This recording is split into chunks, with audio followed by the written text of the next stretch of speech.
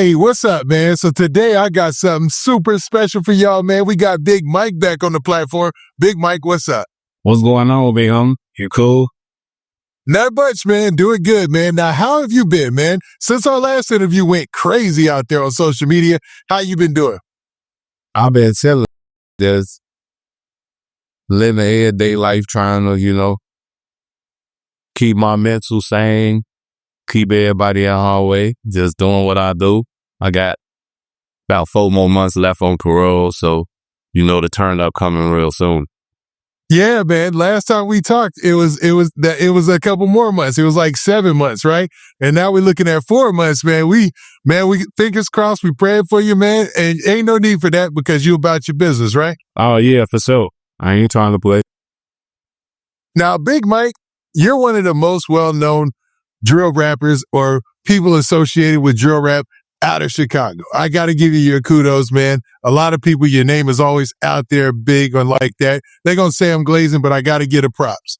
But anytime there's a situation that's humongous, national news coverage and things like that, I got to get your opinion. So today I had to come and ask you about this whole Melo Bucks shooting situation. So just to preface this, there was a mass shooting casualty in Chicago just the other night, and it was involving a rapper by the name of Melo Bucks. Now, Melo Bucks is a drill rapper, but she's also a female. So there's a whole nother twist to this thing, and a lot of things are playing out in the media. Now, the shooting happened at about 11:30 p.m., and it was at the corner of Chicago and Franklin at a place called Artist Lounge. Now, Melo Bucks was having her mixtape release party, and she had some folks in there with her. I mean, some guys or some members or whatnot, people she's associated with, right? Right. Ooh. And Melo Bucks, for all intents and purposes, plays the same game in her music that a lot of the dudes play, as far as dissing dead people, dissing people and things like that. So it's just a mix of right place, wrong time, and the right opportunity for some bad actors. And a shooting took place where 2 men were killed, 2 women were killed, 18 people shot, and the whole nation is watching to see what's going on. Big Mike, I'd love to take your position on this or hear what you got to say about the whole situation. So go ahead. Let me know what you think about this, Big Mike. First of all, my condolences. If people died out there, and I don't know if nobody died. It was a mass shooting. A lot of people got shot. I think, as a matter of fact, I heard like 4 people died. I don't know. Different platforms post different stuff, so you really ain't gonna get the real story unless it come out on the news or something like that. But my condolences to everybody that was involved in that situation. Then at the same time, though, that's still another prime example of people letting their guards down. They get too comfortable. You know what I'm saying?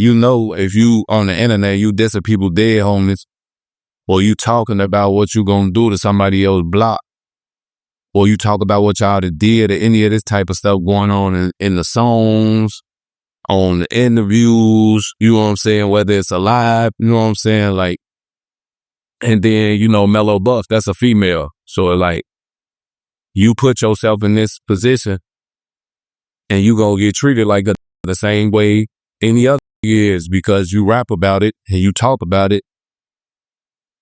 So you gonna have to be about it too, you know what I'm saying? And then when you get that type of celebrity status, when you either semi-celebrity or even full-fledged celebrity, you still gotta move accordingly, you know what I'm saying? You think because you had about 20 minutes in there that it was gonna be fine and dandy. That's why people don't be understanding. People feel like when they got security around them, that it make them look weak. They can rap about it in their song, yeah, and I don't have security with me. You know what I'm saying? But at the same time, when you got that type of status and you doing a big event where people finna see it, people to see it that don't pose, you know what I'm saying? It's an album release party, so I know that y'all promoted it and everything. Why was the security beefed up? You know what I'm saying? Y'all allow these people to come through there and shoot 18 people.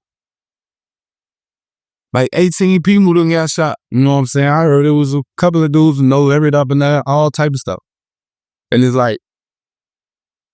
So the reports and everything that they've confirmed themselves has said that 18 people got shot, and there's still people right now who are in critical condition. So there might be a chance there might be more casualties, which we hope not. You know what I'm saying?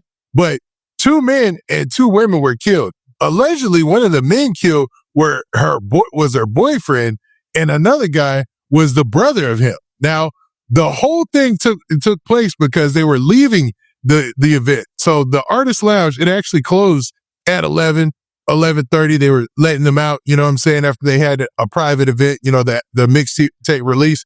So as they're vacating the building and hanging out is when the shooters pulled up.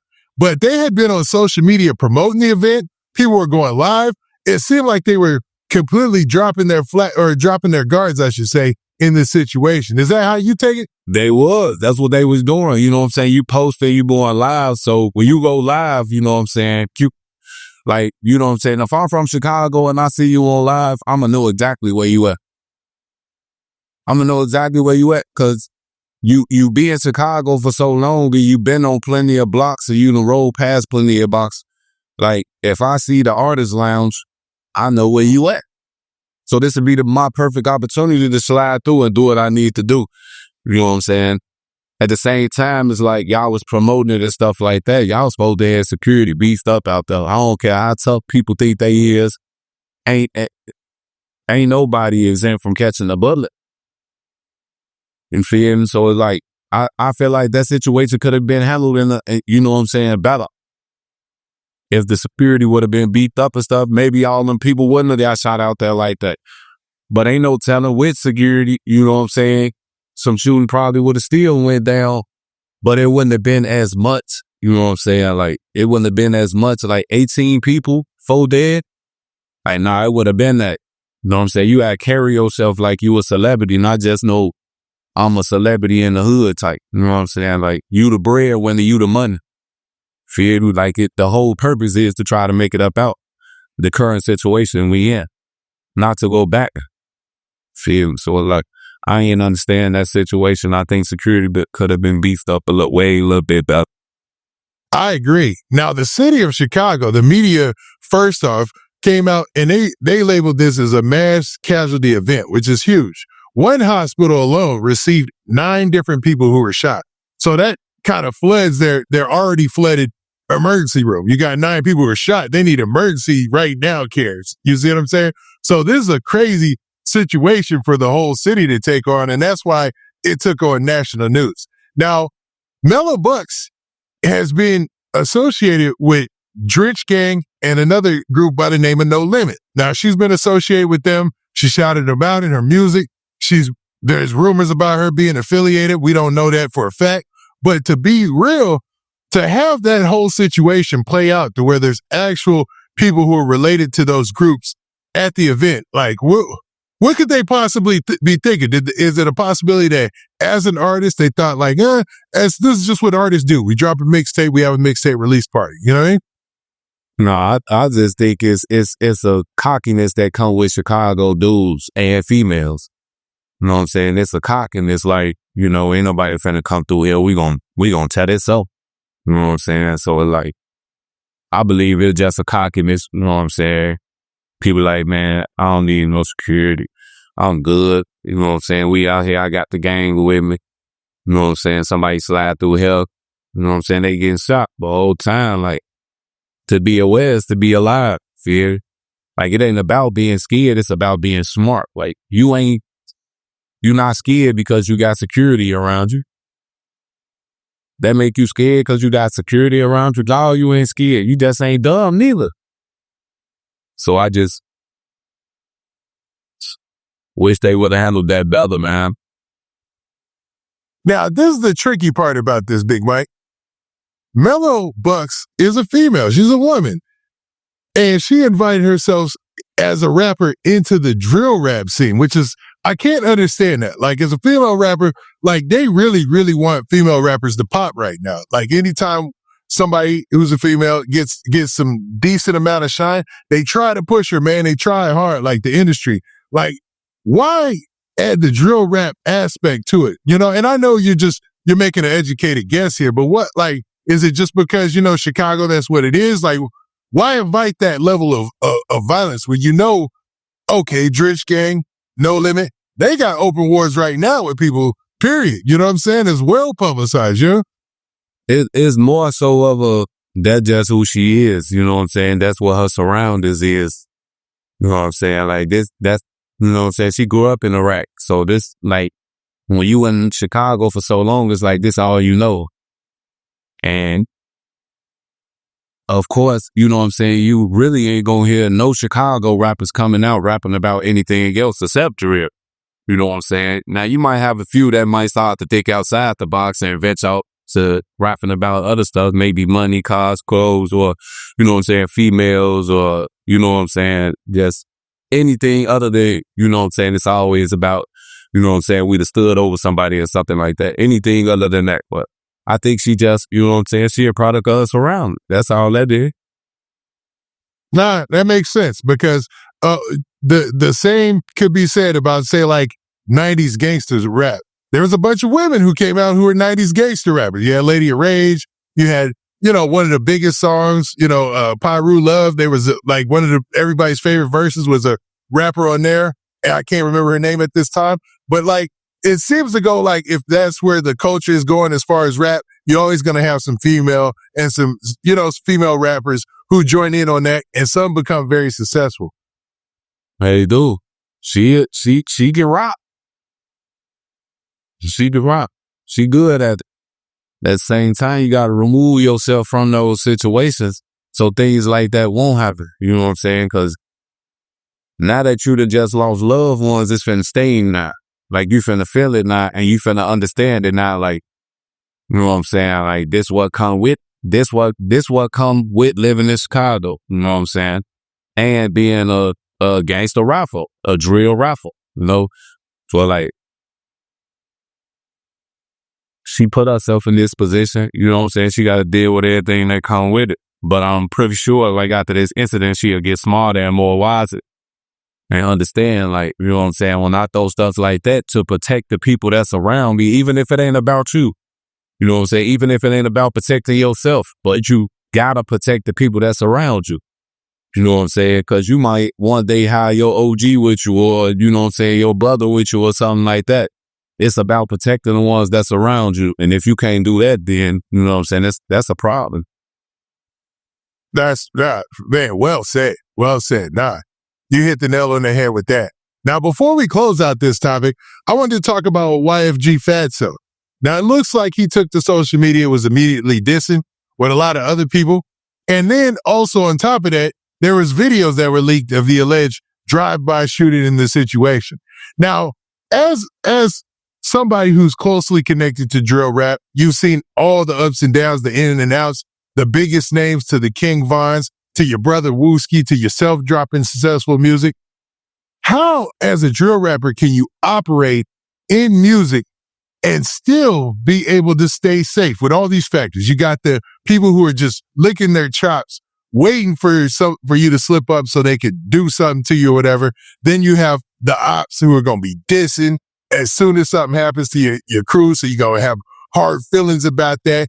Then you have to deal with, it's an industry. You got to try to be successful and do what artists do. Like, all these factors combined, how do you proceed as an artist in the drill movement and still be successful? I mean, it is ways, you know what I'm saying? Sosa done did it, you know what I'm saying? Durk, you know what I'm saying, that did it, despite his circumstances at the moment. But, you know what I'm saying, Durk did it. I mean, it's not hard to rap about drill and still not, you know what I'm saying, being out there. Yeah, like, if I want to be successful as a rapper, I know I got to remove myself from my situation and put myself somewhere else in order for me to be able to take care of my family, friends, or any other loved ones that I may have. You know what I'm saying? So, like, you can, it's about how you move. You know what I'm saying? You got to move smarter. You, like, it's always the ones that's always yapping their mouth on the internet be the ones that be getting caught. Because, you know what I'm saying, you're doing a little bit too much woofing. You feel me? Like, you woofing a little bit too hard. You know what I'm saying? Then when somebody catch you, You know what I'm saying? I done seen plenty of videos where people who was talking crazy on the internet, they've been caught in traffic and they turned into whole females. You know what I'm saying? He went from a nigga to a female quick. You know what I'm saying? So it's like, it's ways to do it. You just gotta move smarter, move different. You feel me? Like you doing the rapper for a reason.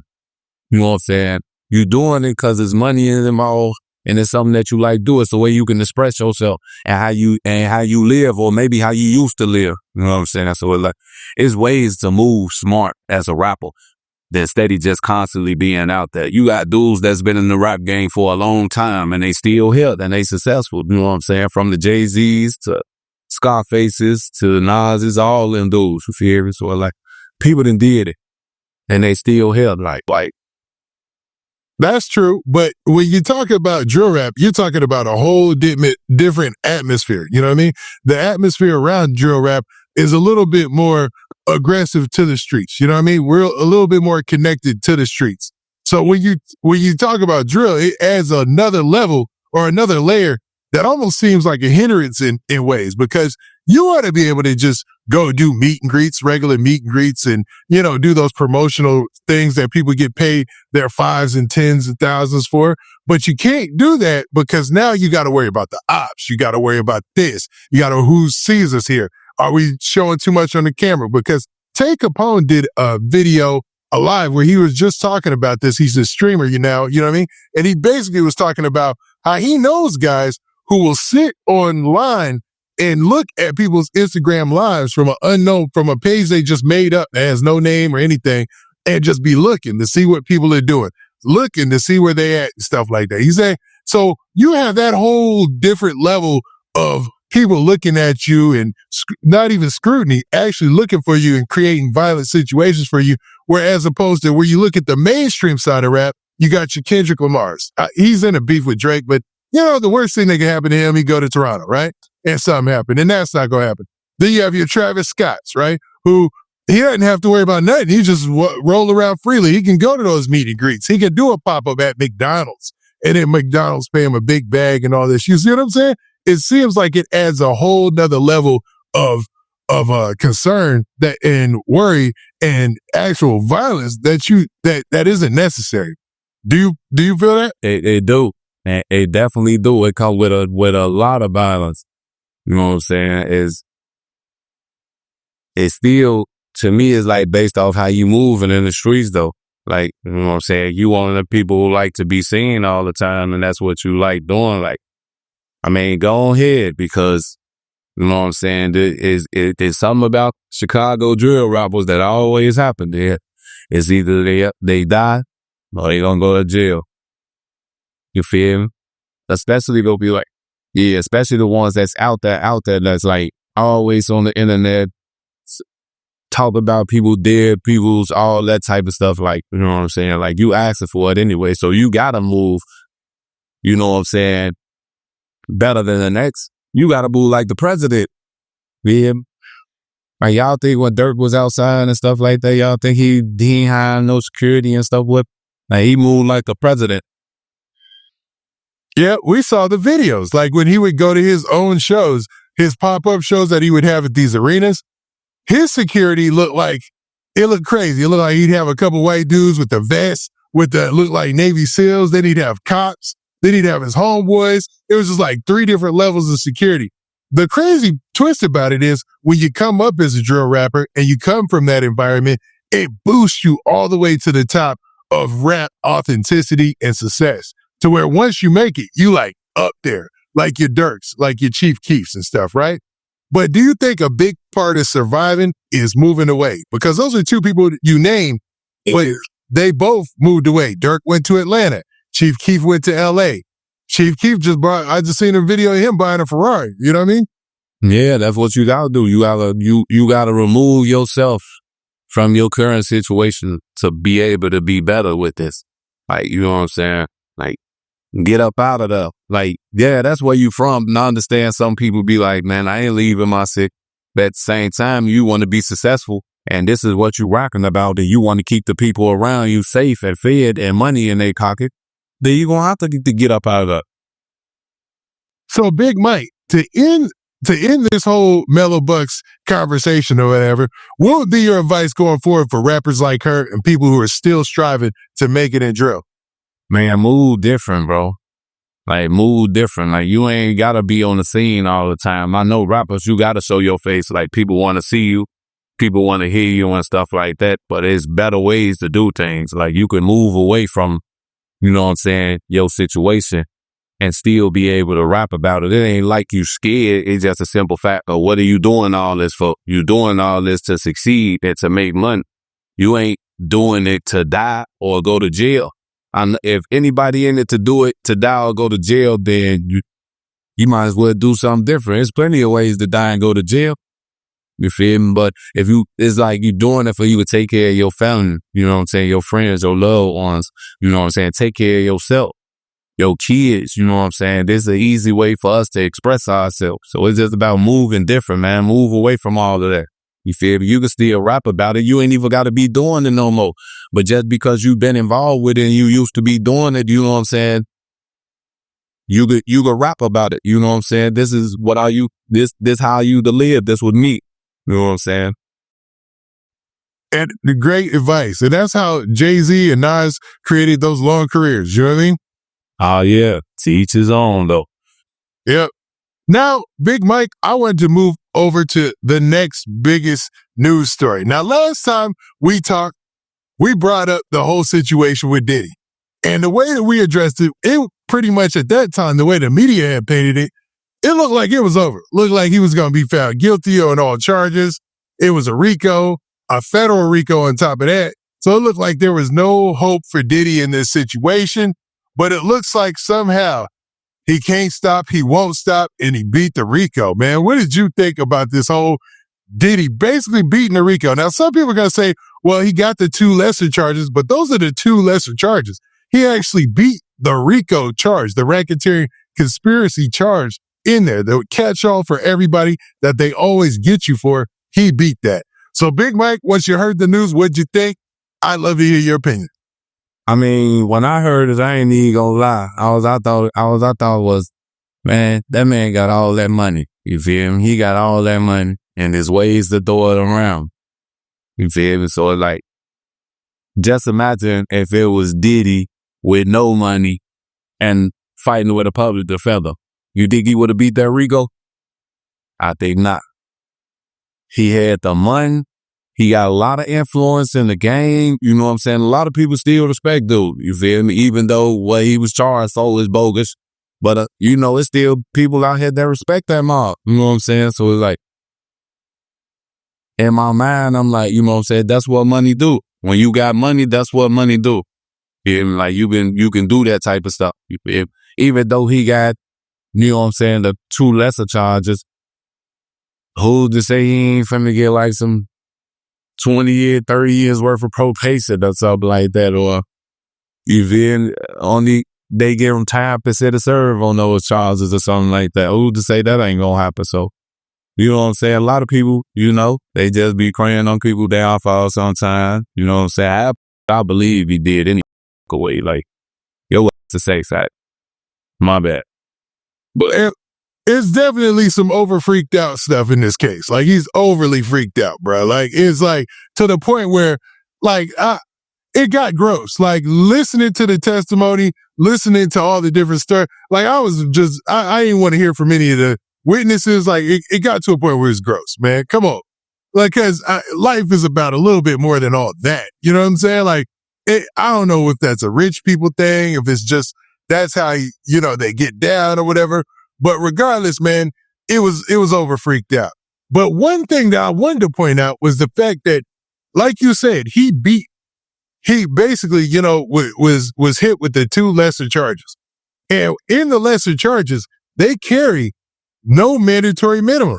So a judge could say at his sentencing hearing, now his sentencing hearing is going to be October 3rd. So the whole world to be watching, right? Right. The judge in a federal case uses the sentencing guidelines to say, hey, he could do this much time because he's got this many priors, this evidence of this and that. What they were hoping for was him to get bail, but they were like, oh, okay, you won today, but we ain't that sweet. It ain't that sweet. You ain't about to get bail. You know what I'm saying? But they tried. But what in the two charges that he did get found guilty for which was the first one was count 3, transportation for purposes of prostitution. So basically a prostitution charge, like a normal, some guy who pays for women or whatever. And I hate to use this word. I'm gonna have to get that out of here. So he got that charge. And the maximum sentence he could get for that is 10 years in prison, right? Then the other charge he was found guilty for was transportation for the purpose of prostitution. So basically saying that he transported a prostitute to him for the purpose of prostitution, meaning paying for jets or buying an Uber, anything like that, right? So these are regular charges that people normally get misdemeanors for in the real world. It's almost like a lot of people are saying, like, this was a waste of all the resources for RICO because, these could have been state charges. So there's no mandatory minimum for that charge either. The maximum for that charge is 10 years. So consecutively, he's looking at 10 years maximum. Now, the judge could give him 10 years maximum, right? But the judge can say time served. It all depends on how that judge is feeling, and he has the appellate court in his back pocket for later on. You know what I mean? But with hearing all that, after all the media, after everything, what did you think when you heard those verdicts in that situation that he's looking at now? That's what money do. Money get you out of stuff. People know you did this. Like, people know you did this. Like, well, it's all allegedly, but at the same time, like, people know you a freakazoid, man.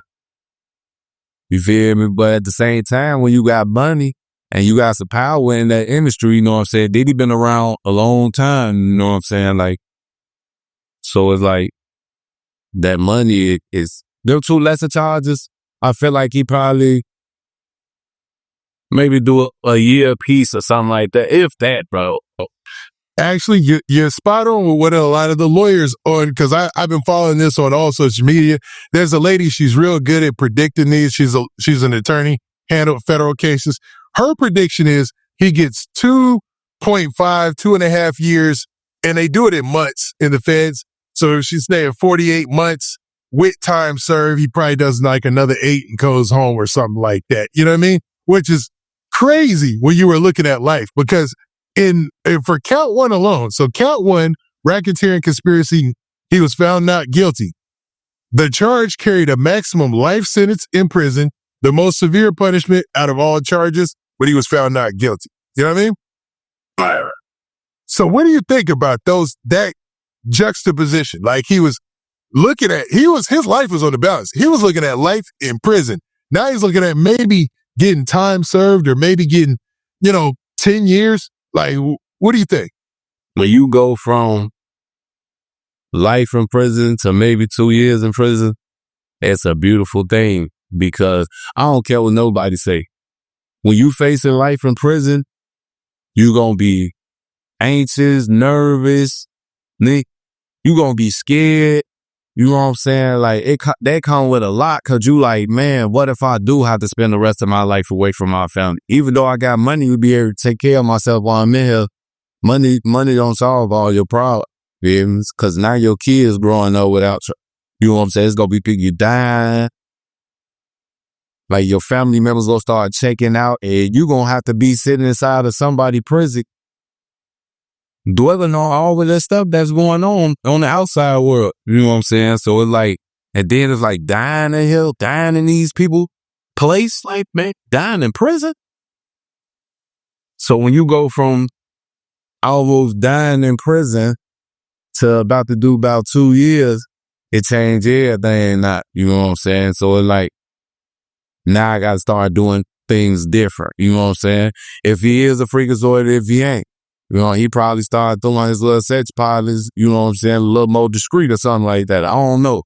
You feel me? But it's going to come with anybody that do, well, I know a lot of dudes who done did 20 years and then came home and then he back locked up, you know what I'm saying? But a smart man, you know what I'm saying, which I'm thinking that Diddy is a smart man, he didn't get to where he at for no reason.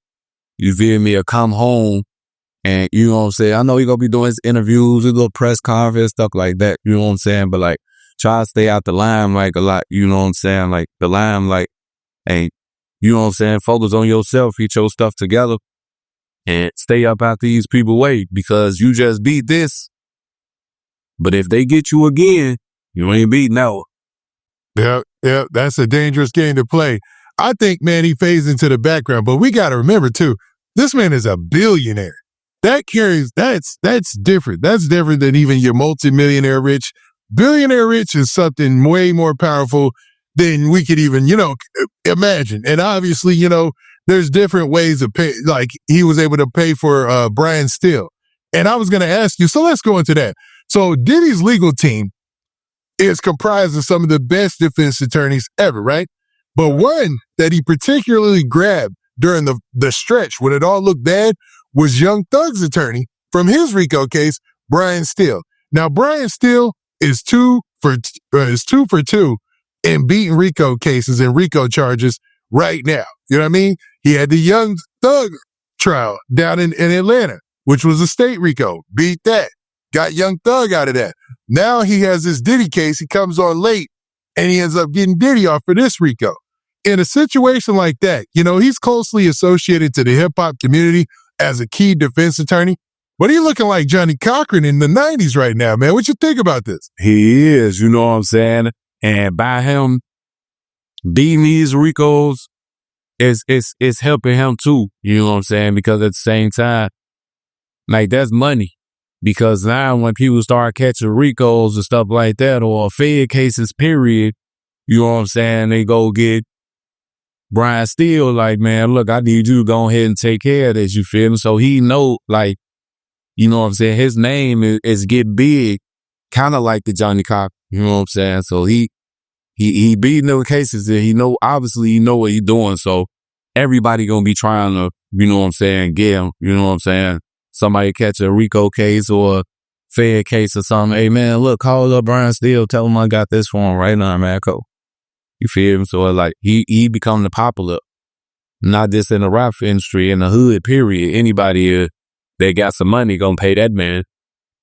Yeah, I was thinking, if you're not even, say, a rapper, but you got a big bankroll from whatever, right? And you catch some charges, man. Like, would that be the first number you call, right? For sure. Now, coming up in Chicago and you doing some time yourself, was there ever times where you were like, okay, there's this one lawyer that we would go to, or there's some personality out there or somebody to reach out to when you're in a bind that's similar to like a Brian Steele? You got certain, like on the state level, like I ain't never had no Fed case or nothing like that. I don't know about no federal lawyers like that, but on the state level, the lawyer that, a lot of people be getting is people like, Shelby Pruzite, she won. You know what I'm saying? She a good defense attorney. Sam Mallows, you know what I'm saying? He a good defense attorney. You feel? Those are like the ones like people always have in Cook County jail, especially when you fighting like Shelby Cruz, like she gonna get you off a robbery. You know what I'm saying? Something like that. You fighting a robbery or something, she gonna get you off of that. Yeah, pistol case, stuff like that. Yeah. Now, when it comes to situations like that, where you have guys who really in them streets, in front of the trenches or whatever, do those names seem to circulate kind of like Brian Steele's name is circulating? Nah, they don't circulate like his, because he more one of them lawyers that everybody know about.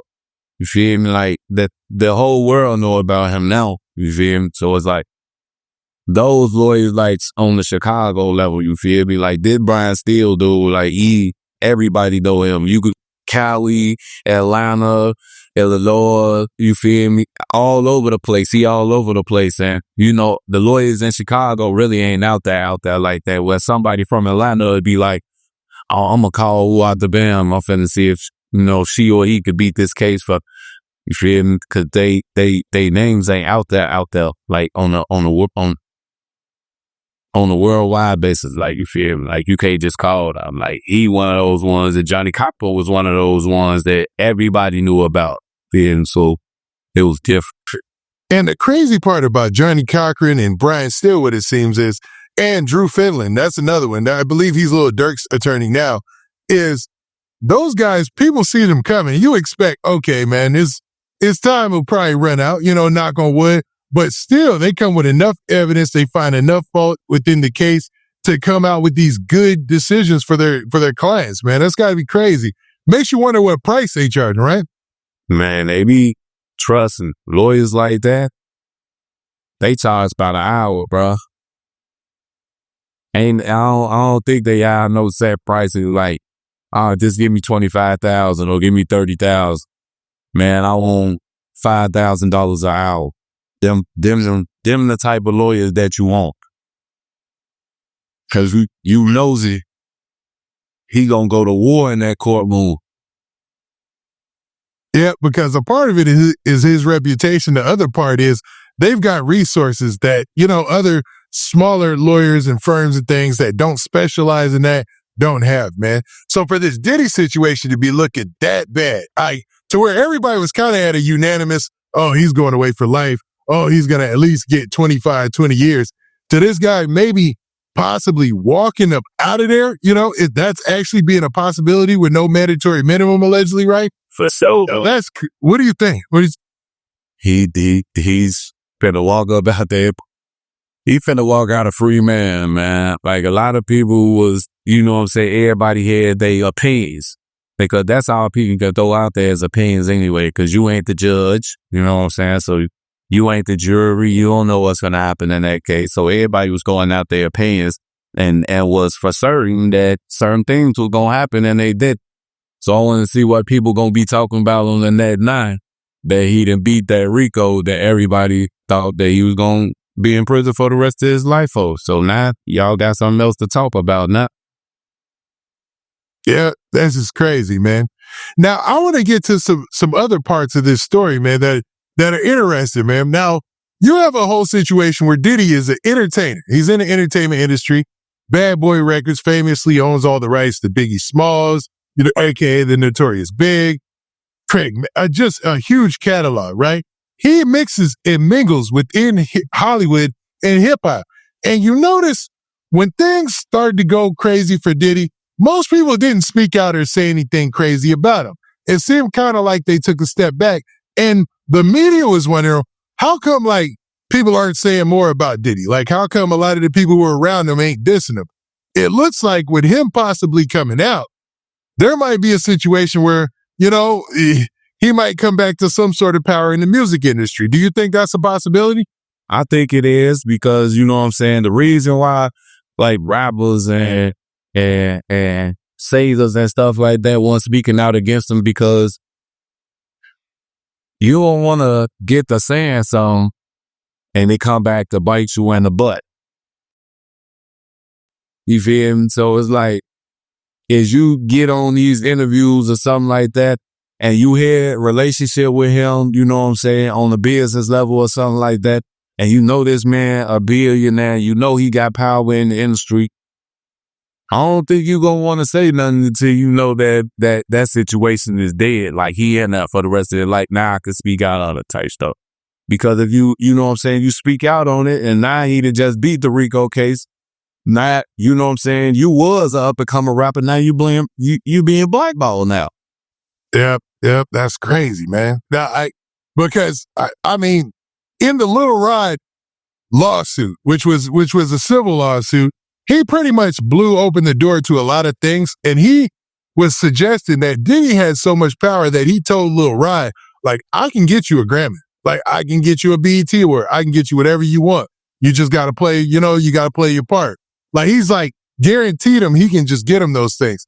And if you look back at the BET Awards, before he got locked up, the top podcasters was Carisha Please and Nori. They tied. In what world does an award have a tie? That never happens. Both of them were under Diddy's Revolt umbrella, and both of them won. So it's like, is all this true? Like, dude definitely must have a lot of power. You know what I'm saying? And I ain't got no problems with you, Diddy. If you listen to me, this as it comes out, I'm just reporting it as it is. I'm being funny, but it does seem like, man, he does have a lot of power in this industry. Now, when he comes back, do you think it'll be the same thing? It is going to be the same thing. He owned a record label. He still, it's still artists that's up under him. You know what I'm saying? It's still companies that he run. It's still people that respect this man. Like, you think DJ Khaled or anybody at one of those companies was going to start messing with that man because of that? No, they not. He finna come home and he finna get right back to what he was just doing before he got booked. So when it comes to being in the industry, it seems like there's a possibility for Diddy or a lot of people who are associated with him to go back to the relationships that they had previously had, because on its face, the charge that he was found guilty for is basically buying prostitutes. You know what I'm saying? And I'm pretty sure most of the people in that industry, though that's not a norm to people, to regular people, you know what I mean? To them, that they could probably still, I don't know, do you think they could still work with him or not? Because at first it did look like a big smear campaign, and a lot of the details that came out were kind of nasty. Man, they still gonna mess with dude when he come home. Dude got too much money and too much power he could put people in positions they ain't never been in before. You think just because of the situation he just came from up under gonna stop somebody from making some money with him? No, that ain't gonna happen. I guarantee you, he come on, he pet throw like this little, I'm home, look, you know what I'm saying? Like, and it's gonna be some faces around him, and people gonna be like, oh, he back messing with him, and he back messing. They ain't breaking relationships. That's why ain't none of them speak out on it. Mm-hmm. Facts. I think you're 100% correct. And I think the way that it played out, if it had played out different and say that he had got like the 25 to life and he would have actually been found guilty on the RICO, you know, they could kind of give themselves space and then room to maybe move a different direction away from him. But with this, and this looking like a win on his face, it seems like he might go back to just being Diddy. Now, will he be throwing parties after the award ceremonies? I doubt that. I don't think so. What do you think? No, I don't think that. I think he might have like some love. You know what I'm saying? He invited certain people that were supporting him while he was still booked, and you know what I'm saying free Diddy, you feel me? He might have a couple of those people like at a little small little gathering, you feel me? But if I'm not if you know, I could be wrong. It's just my opinion. When he come home, I feel like he gonna do like some type of like maybe like interview or live, like apologizing for the situation and stuff like that happened or whatever. You feel me? So he get, you know what I'm saying, get people to like bad up off on, like, you know what I'm saying. And a lot of his friends in the industry are the heavyweights, the biggest. You know what I'm saying? Like people with a lot of power, man. So it's like, it's a weird situation, man. So when it comes to like rappers and things like that, a lot of people you see affiliated with, I think one of his biggest people that I've seen speaking out for him, and it was in a comedic way, was Charleston White, which was hilarious. Oh, yeah. Shout out to crazy. Crazy, man. Now, on the opposite end of the spectrum in this question, you have Kid Cudi, amazing artist, man. But he took a stand against Diddy, you know, because they wanted to get him for, you know, basically burning and blowing up Kid Cudi's car, his Porsche, right? And he took the stand. It was a weird situation where some people were applauding him. Other people kind of saw who were playing in the middle, like we were talking about earlier, were like, you might not want to do that. You know what I'm saying? But he did. He took the stand. What do you think happens for Kid Cudi? Because number one, his fan base is not, say, like a drill fan base. His artist is not like a gangster rap fan base. His fan base is more of your hipster vibe, that type of thing. You know what I'm saying? He might as well stop rapping. It's over with for you, bro. You might as well stop rapping. Ain't nobody that no one do no business with you. Even though he's in a different like lane, even though his lane is kind of more of a, I hate to say eclectic, but you know, it's a different type of vibe. It's more the people who go to festivals. That's his fan base. You know what I'm saying? He ain't got no money though. If Diddy got all the money in the world, be able to make that man life a living hell, bro. Good point. Yeah. That's crazy, man. You know what I'm saying? You do got to have money to go to war, man. And it puts him in a weird position because, you know, he's already had his struggles or whatever in the industry. So I don't know. So you think Kid Cudi is going to end up, you know, actually it coming out on the bad in this situation? Yeah, he going to be blackballed, I think, for sure. Crazy, man. Crazy. It get to a point where, you know what I'm saying, certain things you don't want to be involved in, but you decided to be involved in that situation, and that's like a career-ending situation because that man got money. All he got to do is throw somebody some money they ain't never seen before. Oh, bro, I can't work with you. You know what I'm saying? Yeah. And the money the money most people ain't never seen before is nothing to him. For a billionaire to throw $100,000 is less than a penny. It's less than the equivalent of it's nothing. So for him to say that, hold that over, say some radio guy's head, say, hey, don't do that interview, or hey, don't play that song, it would be nothing. Now that's illegal. That's why they have payola laws and things like that. That's very illegal, but it would be nothing. You know what I'm saying? Definitely would. Crazy, man. So for Kid Cudi, man, hopefully, I don't know. We'll see how this plays out, right? Fingers crossed. Psych. Now, Diddy, like I talked about earlier, was denied bond.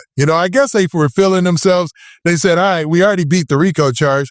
He only got found guilty for these 2 lesser charges with a maximum of 10 years. While he's waiting, let's see if he can get bond. And that was denied. Now, do you think that was just trying your luck? Or do you think that they thought, hey, we on this winning streak. I'm paying all this money. Let's go ahead and try it for bond. Why not? You know what I'm saying? I just beat the RICO and I got found guilty for 2 lesser charges. Which it's safe to say they not finna give him no big years or no crazy time behind it. You feel? So it's like, why wouldn't I try it? Oh, I just came from under the RICO. Man, what's up with a bond, man? Let me get out. You know what I'm saying? Let me roll them around now. You know what I'm saying? Let me, plant my feet again.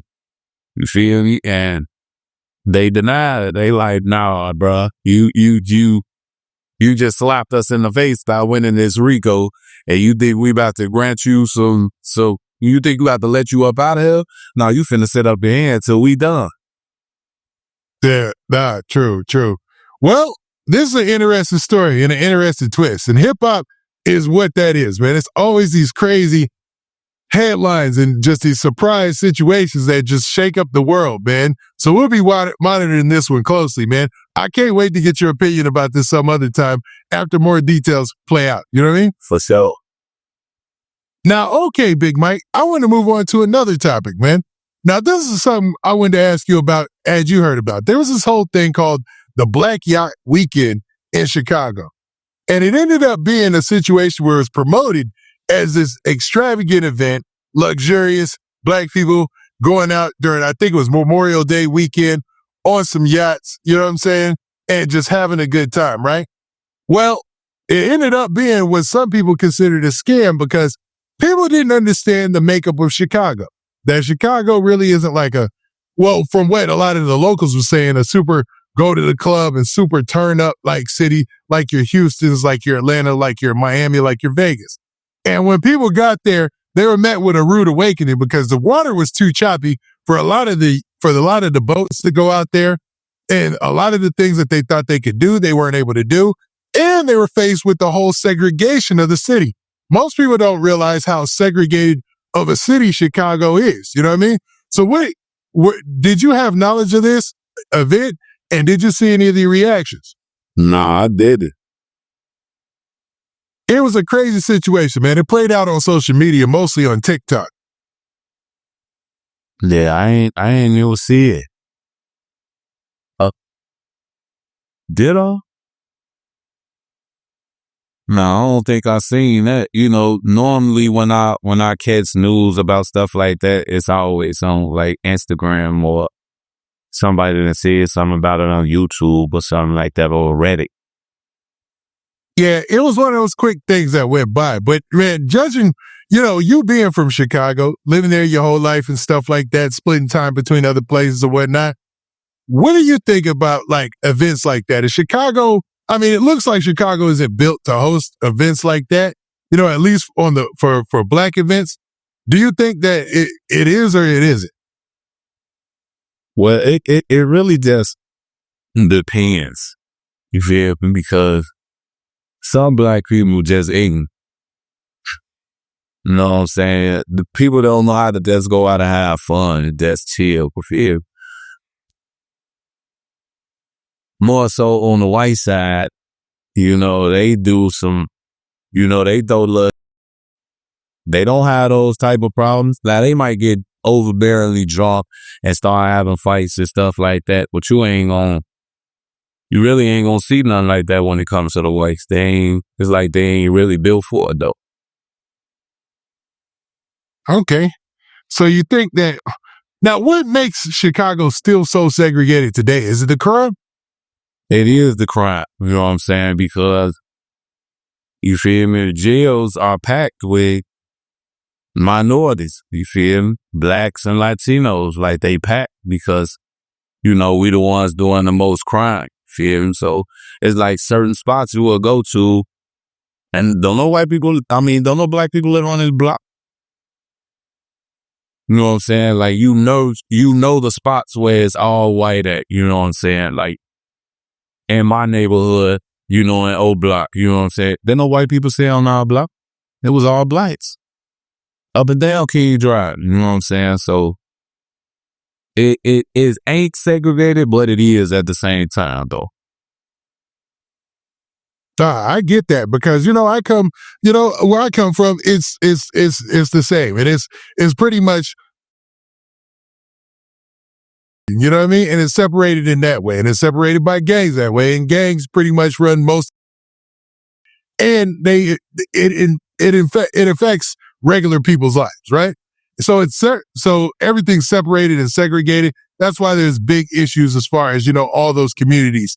And you wouldn't expect it because, you know, they profess different, but it's just different. But you go to like a Texas where you have big cities like Dallas, big cities like Houston, or you go to like Atlanta, right? You have these and I'll admit this, I went to Atlanta and for the first time, that was the first time that I had seen just a whole black community that was just thriving like that, where it was like the rich people were the black people were the rich people. You know what I'm saying? The people with the upper middle class jobs, the doctors and all that, they were all black. You know what I'm saying? I was like, and you have that at Houston, you have that at Dallas and Frisco, you have that in different places. In Chicago, do they have that same kind of situation? Yeah, you got entrepreneurs that live in Chicago. You got, you know, doctors, lawyers and stuff. You feel me? Like, you got the black people that stay in the nice neighborhoods, you know what I'm saying? They got big houses and stuff like that. They want to stay away from the hood so that they can raise their kids without the involvement of the streets, you know what I'm saying? So, yeah, but what I mean is, my question being like a majority suburb, like a majority black suburb, like a majority black rich neighborhood, you know what I'm saying? That was unique to those places as I've seen. You ain't gonna see that in Chicago. I don't know no places where it's like that. Yeah, because I mean, you don't see that in either, man. It used to be, I believe, Hills or whatever used to be kind of, you know, because of the way things were. You still had a couple of old school celebrities who still had their houses and things in there, and it's pretty much a black neighborhood.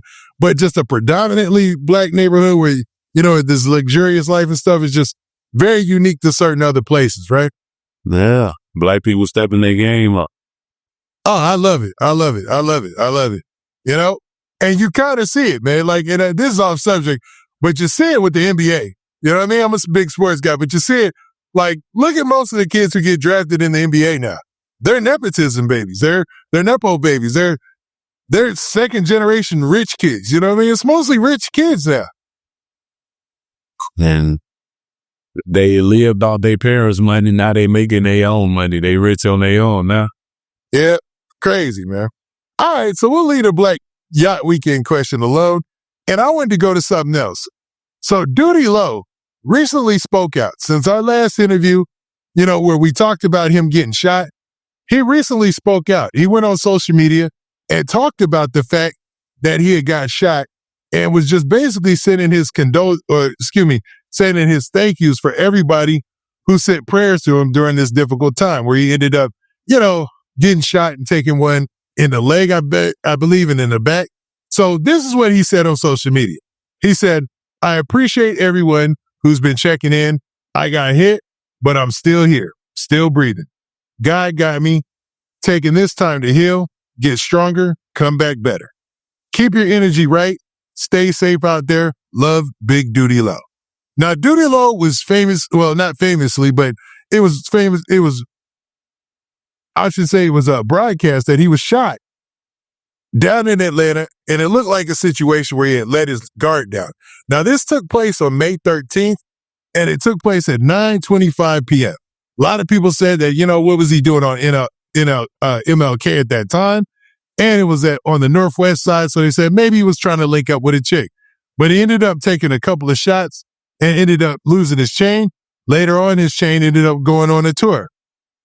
When you see this Doodie Low situation and how he's, pretty much stayed low-key since then, what do you think?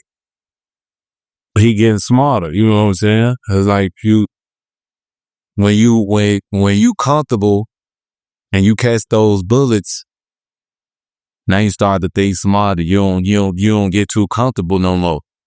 And like, I guarantee you he gonna move different. You know what I'm saying? Cause he ain't gonna want to, cause the next time you might end up dying. You feel me? So I know he ain't gonna want to be put back in that situation. You know what I'm saying? Sometimes it take accidents like these to help us get smarter anyway. You know what I'm saying? Like, it probably take a wild, crazy look to go to prison for 10, 15 years to realize he needs to slow down. You know what I'm saying? So it's like, I do believe that, you know what I'm saying, he taking his time to think about, you know what I'm saying, his next moves. Like, you know what I'm saying, I can't move like this no more. You know what I'm saying?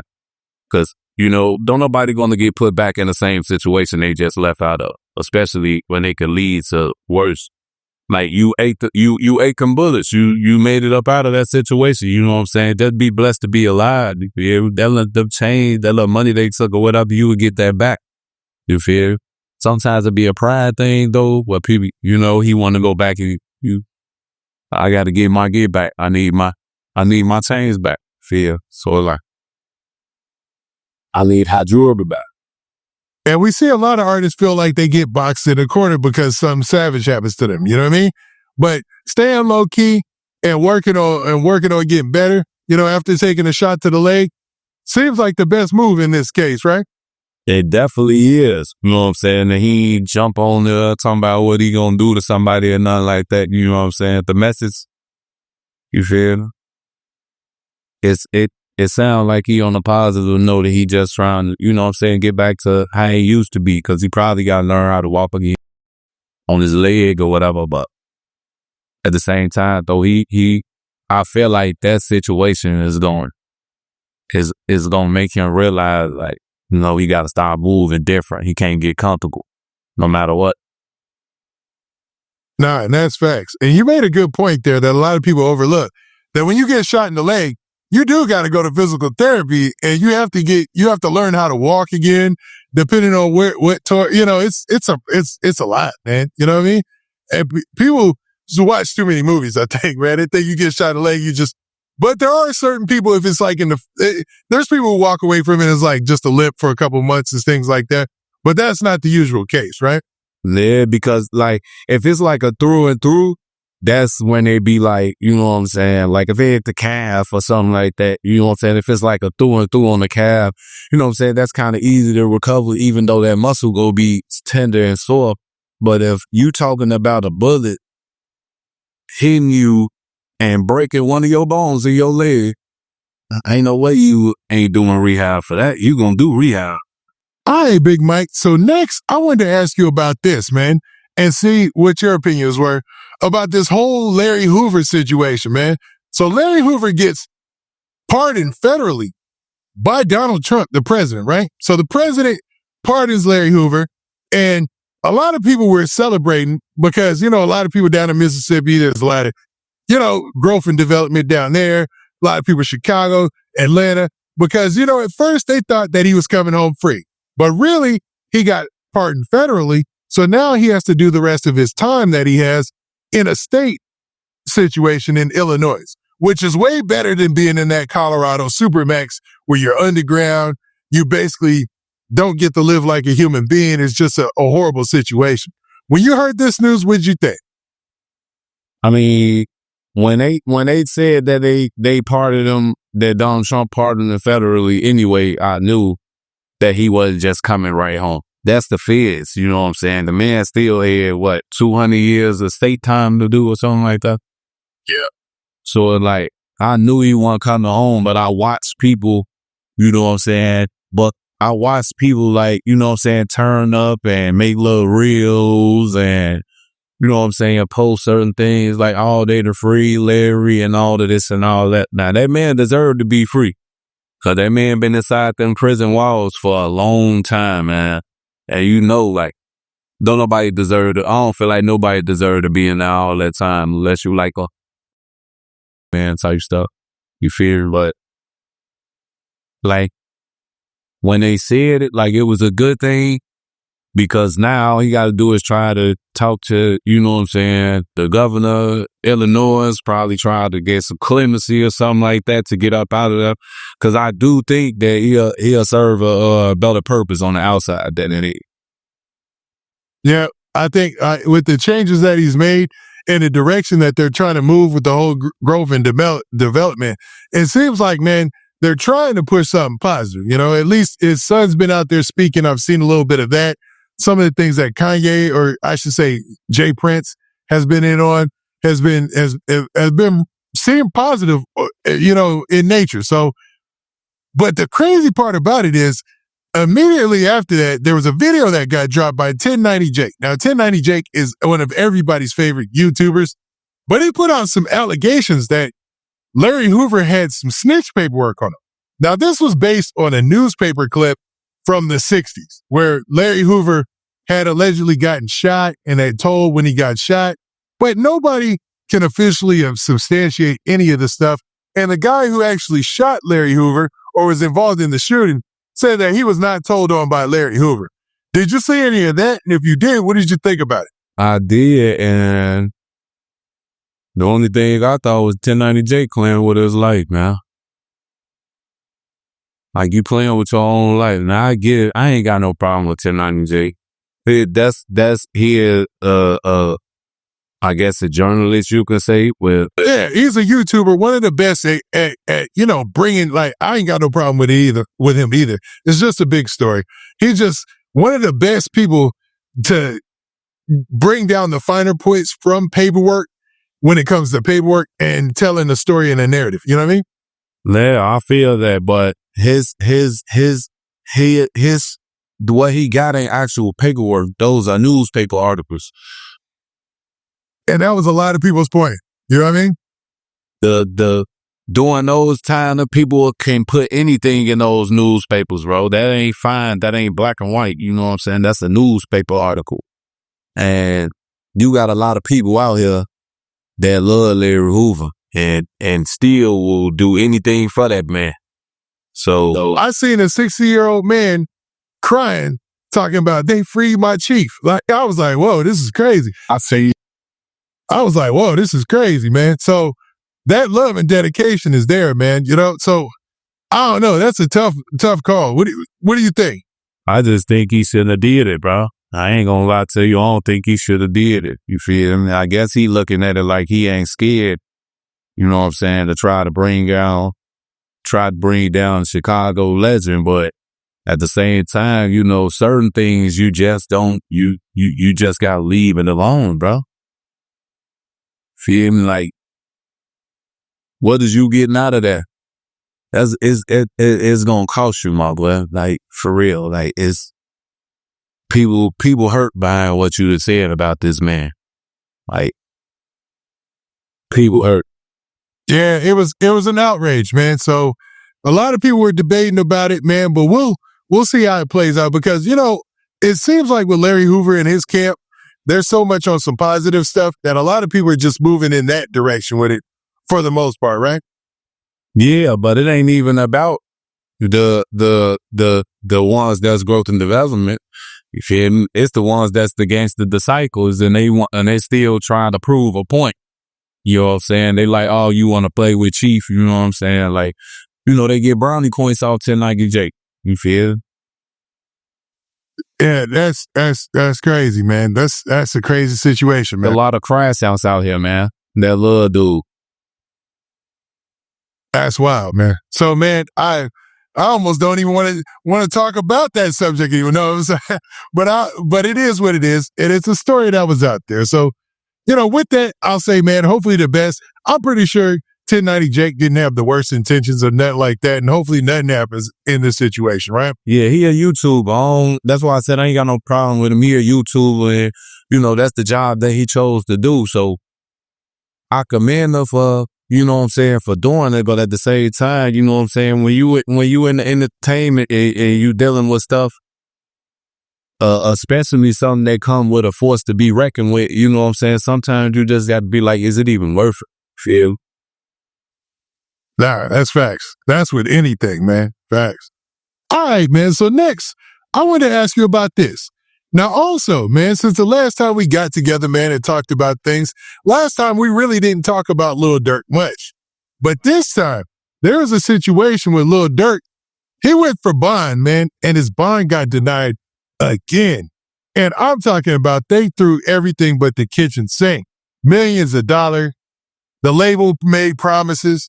Everybody was making promises, and the judge still denied his bond federally in this case. Now, also, people are saying that based on an interview he did, or actually what came out in court, in the media, is based on an interview that he did with DJ Academics. They were saying he all but admitted to the Lil Pop situation. Now, I don't see the connection there, but there's, that's some of the chatter out there. So just hearing that and taking that as rumor, what do you think? I mean, they can say what they want to say, because you never know what somebody talking about in these interviews. Like everything I'm sitting up here answering with you right now, I could be lying about everything I'm talking about. You know what I'm saying? Like, how can you prove that what my words is saying is real? You know what I'm saying? That's just like when it comes to rap music. Just because he rap about killing people and stuff like that don't mean that he know killing and that he actually out there doing. So for you to be taking interviews and rap lyrics and trying to use them against somebody in a court case when there's a freedom of speech and this is all entertainment and for entertainment purposes only. How can you say that my words are true? So it's like, I mean, they can't. You know what I'm saying? They can't. But the bond, you know what I'm saying? Like, I get it. You know what I'm saying? I get the bond situation. Like, this is what you allegedly, you know what I'm saying? Allegedly, you was involved with these crimes, you feel me? And you got money and you got power on the streets. Allegedly, you got power on the streets. And you think we about to let you out on bond so that some of our witnesses that we got on our case could come up missing or did something? They not doing that. It ain't happening. You feel me? Like, and Durk got some money. I know, and then the label got some money, so I know they threw all type of money to try to figure the situation out, but when it comes to stuff like that, and you know what I'm saying, like a lot of people praying on Durk downfall right now. A lot of people don't want that man to get back out. Yeah, and we see that. Now, to be exact, Durk and his legal team were offering a bond package that included $4.5 million in cash and 24-hour electronic monitoring. So similar to what NBA YoungBoy had, right? Now this was up from the $3 million bond package that Durk had previously offered. So they're talking about cash money, $4.5 million to the federal government for his bond, and you know what I mean, and signing up to be monitored for 24 hours. Now, based on the fact that he's not accused of actually squeezing any triggers, but being at the top, you know, they denied it. So this is what the judge came back with. So the court said that the court finds that the government is proven by a preponderance of evidence that no combination of conditions would reasonably assure the appearance of defendant as required. So they still feel like Lil Durk is a flight risk because of all the money that he has and things, right? So they also said the court further finds that the government has proven by clear and convincing evidence that no combination of conditions would reasonably assure the safety of any person and the community. So they feel also that if they released him on bond, that there could be a situation where other people aren't safe and potential witnesses could be harmed or something like that, allegedly, right? So taking that into account, and you've gone through the whole system yourself, what do you think? I just think like those people, them judges, it's like they ain't stupid, bro.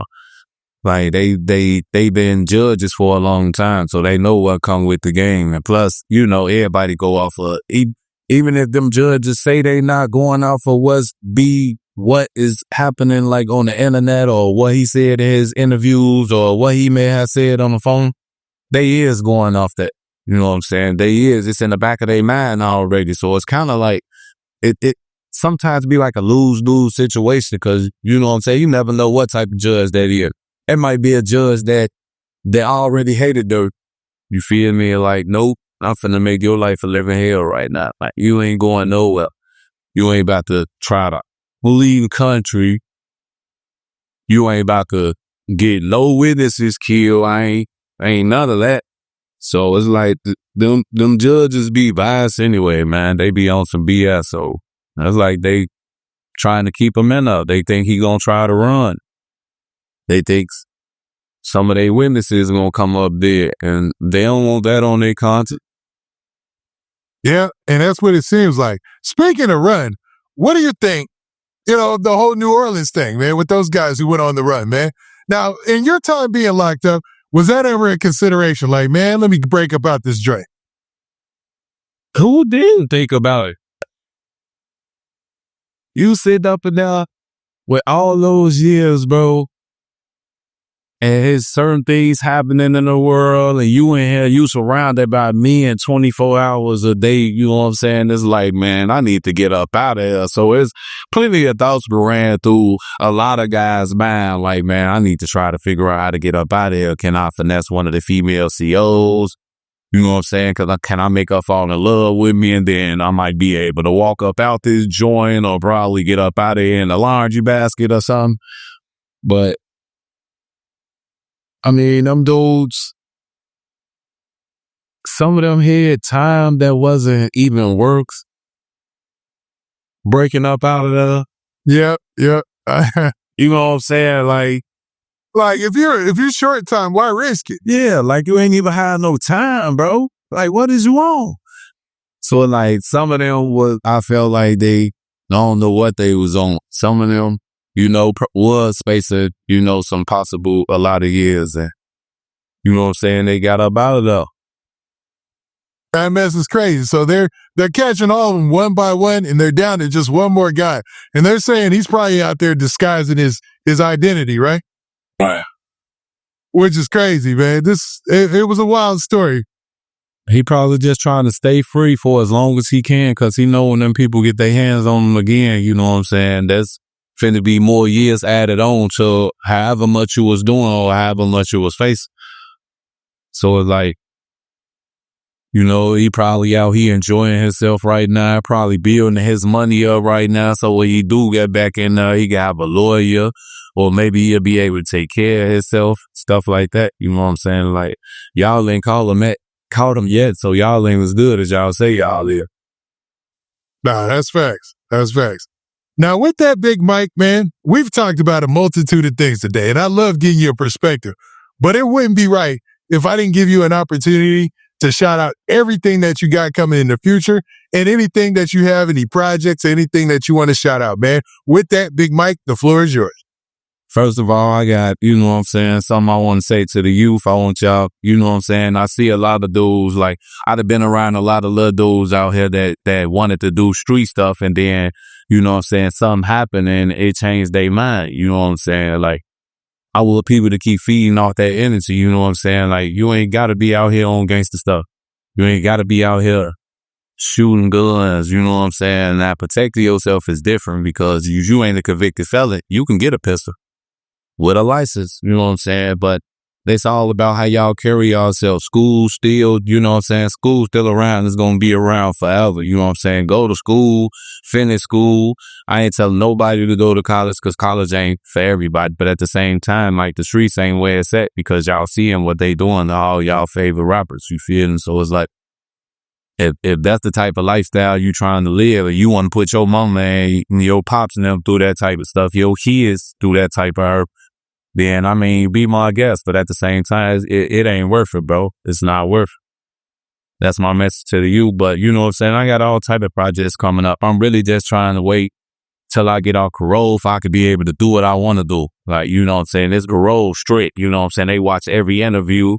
They listen to songs. They try to see if your song been mentioned in this or if it got anything to do with gang banging and stuff like that. So it's like, I'm trying to make sure that I don't go back in that situation. So, you know what I'm saying? I got a lot of little projects coming up and stuff. I already got songs wrote, you know what I'm saying? Certain songs I got record. You feel me? It's just like the way these parole officers on me right now is like, man, I don't even be really wanting to risk it, bro. You know what I'm saying? But other than that, you know what I'm saying? I'm doing decent. I'm out here living. You know what I'm saying? I'm making money. You know what I'm saying? I'll still help. I ain't in jail or I ain't dead. That's what's up. That's what's up. Now, Big Mike, man, you know we hoping the best for you in that situation. And the way that you've changed your, you know, the way that you have your mind set up and the way that you're focused on doing all this positive, I don't think anything but positive can come to you. So I'm going to knock on wood for all that, to come into fruition. And the fans, man, they always say, man, they like your music, man.